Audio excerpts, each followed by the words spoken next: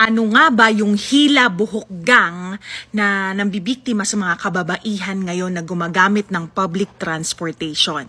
Kahit mga babae pa lang ang mga naitala na biktima nito, hindi imposible na mga estudyante ay susunda rin dito ha.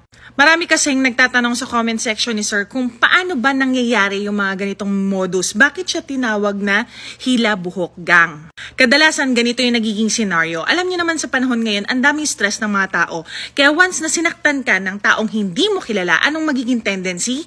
Mapipikon ka, makikipagsagutan ka, mawawala ang focus mo sa mga gamit mo. May mga stranger na biglang lalapit sa'yo at hahatake ng buhok mong gano'n na para bang nakikipag-away o nagsisimula sila ng away. At habang nakikipagsagutan ka o naglalabas ka ng galit o nagtatanong ka kung bakit mo ako sinabunutan, anong problema mo gano'n, magugulat ka na lang, mawawala na ang wallet mo o mawawala na ang cellphone mo o kaya di naman buong bag mo. Sa ngayon, ang mga reports ay nangyayari ito sa mga public transportation, loob ng bus o yung mga malalaking transportation vehicles katulad ng mga LRT, MRT, mga ganyan.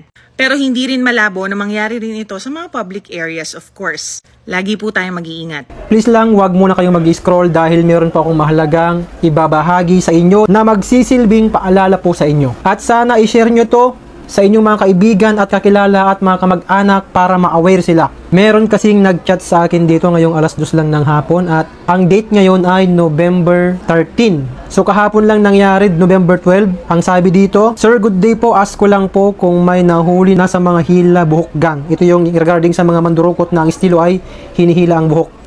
Kasi si Mrs. sa Makati kahapon. Guys, mga ma'am sir, muli ako po ay nagpapaalala at nakikiusap na mag-ingat po kayo palagi kapag kayo po ay sumasakay sa mga pampublikong sasakyan, lalo kung yan ay punuan at siksikan. Hindi lang kasi sinabi dito kung anong sinakyan ni ma'am, yung asawa ni sir, pero tatanungin natin kung ano yung sinakyan niya. Kachat ko ngayon yung nag-chat sa akin. So ngayon tanungin ko kung ano yung sinakyan ni ma'am. Ayan guys, meron na pong sagot si sir. Ang sabi dito, bus po from San Pedro Laguna. Galing San Pedro Laguna yung bus to 1 Ayala. Dalawa silang na babae.